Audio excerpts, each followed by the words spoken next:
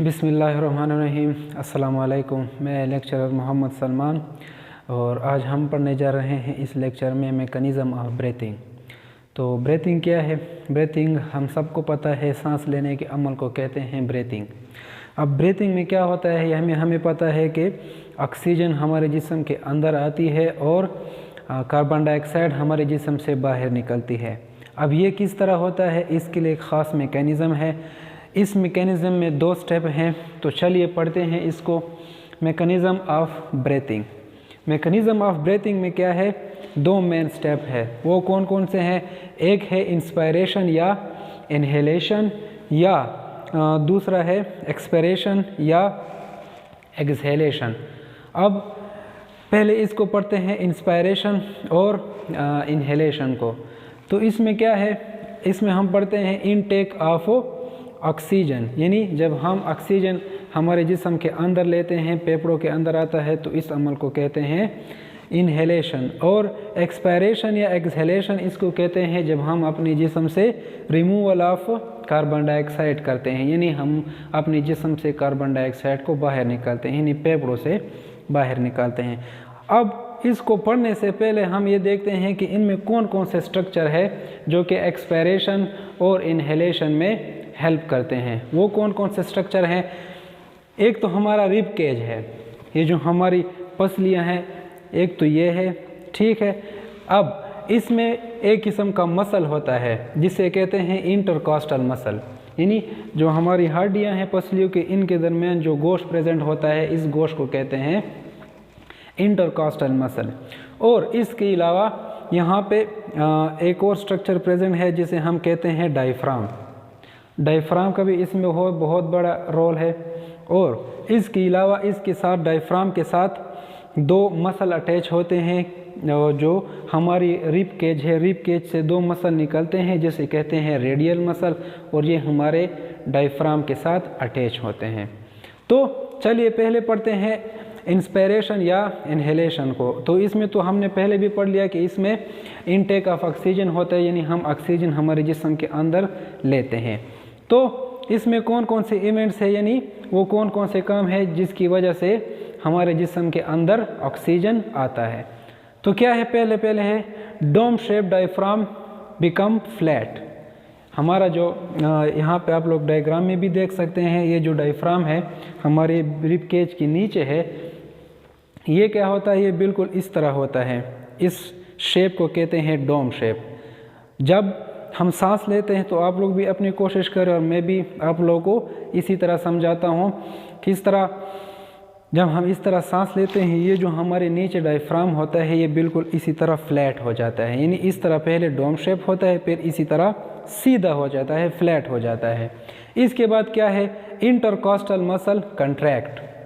हमारे जो यहाँ पे हमने पहले भी पढ़ लिया कि रिब केज जो हमारी हड्डियाँ हैं, इनके दरमियान, रिब्स के अंदर के दरमियान एक किस्म का मसल है जिसे हम कहते हैं इंटरकॉस्टल मसल। ये कंट्रैक्ट हो जाता है।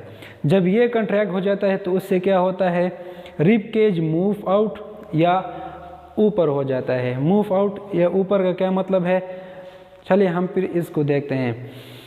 जब हम इस तरह सांस लेते हैं तो आप लोग देख सकते हैं हमारा रिब केज जो है ये ऊपर आ जाता है और इस तरह बाहर से निकलता है, बाहर की तरफ निकलता है। तो इसकी वजह से रिब केज के बाहर निकलने और ऊपर हो जाने की वजह से एक फ़ायदा होता है। वो क्या होता है, हमारे एक तो ये है जो हमारा थोरेसिक कैविटी है, इसमें वॉल्यूम बढ़ जाता है, यानी जगह बन जाती है, और हमारे लंग्स के ऊपर प्रेशर कम हो जाता है। जब हमारे लंग्स के ऊपर प्रेशर कम हो जाता है तो इसकी वजह से एक फ़ायदा होता है कि जो हमारे बाहर एटमॉस्फेयर है यहाँ पे प्रेशर ज़्यादा होता है, इसकी वजह से हमारे जो ऑक्सीजन है ये बाहर से हमारे बिल्कुल फेफड़ों के अंदर आ जाता है। तो ये क्या है, इसको कहते हैं इंस्पायरेशन या इनहेलेशन। इसको हम डायग्राम के ज़रिए भी देखते हैं। डायग्राम में आप लोग देख सकते हैं कि ये जो पहले डोम शेप डायफ्राम होता है ये बिल्कुल इस तरह फ्लैट हो जाता है, यानी इस तरह सीधा हो जाता है। और इसके अलावा ये जो हमारे रिब केज है इसके अंदर जो मसल है ये बिल्कुल कंट्रैक्ट हो जाते हैं। अब इसके बाद क्या है, इसका दूसरा पार्ट जो है मैकेनिज्म ऑफ ब्रीथिंग में, वो है एक्सपायरेशन या एक्सहेलेशन। अब एक्सपायरेशन या एक्सहेलेशन जो है ये बिल्कुल इसके उलट है। उलट क्या है, जो भी इवेंट, ये जो भी काम इस इंस्पायरेशन या इनहेलेशन में हुए हैं वो सारे के सारे इसमें उलट होते हैं। वो किस तरह, चलिए इसको देखते हैं किस तरह। एक तो यह है कि हमारे जिस्म से कार्बन डाइऑक्साइड निकल जाता है, ये तो है। और दूसरा क्या है, flat shape diaphragm become dome shape, यानी जब हम सांस लेते हैं, सांस लेने के दौरान जो इस तरह डायफ्राम पहले सीधा होता है, ठीक है, वो फिर इस तरह अपने शेप को अटेन कर लेता है, यानी इस तरह दोबारा डोम शेप हो जाता है। अच्छा, इसके बाद क्या है, इंटरकॉस्टल मसल जो है ये रिलैक्स हो जाते हैं। यहाँ पे हमने पढ़ लिया कि ये कंट्रैक्ट होते हैं, जबकि एक्सहेलेशन या एक्सपायरेशन में ये बिल्कुल दोबारा रिलैक्स हो जाते हैं। जब रिलैक्स हो जाते हैं तो आप लोग इसको दोबारा देखें, जब हम दोबारा सांस को छोड़ते हैं, यानी हमारे जिस्म से कार्बन डाइऑक्साइड निकलता है, तो इसकी वजह से क्या होता है, जो रिब केज है जो हमारा ऊपर आया होता है, बाहर की तरफ से निकला होता है, वो बिल्कुल दोबारा अपनी पोजीशन पे चला जाता है, यानी नीचे चला जाता है। अच्छा, तो इसकी वजह से क्या होता है, रिब केज मूव डाउन, और क्या होता है, जो हमारे लंग्स के ऊपर प्रेशर है बहुत ज़्यादा हो जाता है, और इस प्रेशर की वजह से कार्बन डाइऑक्साइड हमारे जिस्म से निकल जाता है। ये किस तरह है, प्रेशर किस तरह होता है, आप लोग एक गुब्बारा ले लें, ठीक है, या कोई और दूसरी चीज़ ले जिसमें हवा भरी हो, और आप लोग इसको इस तरह बाहर से प्रेशर दे, ज़ोर दे दे, तो इस वजह से ये जो हवा है ये बाहर निकल जाएगी। यानी प्रेशर हमारे लंग्स के ऊपर किसकी वजह से इंक्रीज़ हो जाता है, ये जो हमारा रिब केज है, रिब केज की वजह से हमारे इस पे लंग्स पे प्रेशर बहुत ज़्यादा पड़ जाता है, और क्या होता है, हाँ, कार्बन डाइऑक्साइड जिस्म से बाहर निकल जाता है।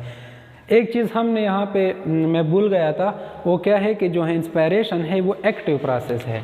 एक्टिव प्रोसेस का क्या मतलब है, एक्टिव प्रोसेस का मतलब ये है कि इसमें एटीपी यूज़ होता है। यानी एटीपी किस तरह यूज़ होता है, जब हमारे मसल कंट्रैक्ट करते हैं तो इस मसल कंट्रैक्शन की वजह से क्या होता है, यहाँ पे एटीपी यूज़ होती है, तो ये क्या है, एक्टिव प्रोसेस है। और ये जो हमारा एक्सहेलेशन है ये बिल्कुल क्या है, पैसिव प्रोसेस है।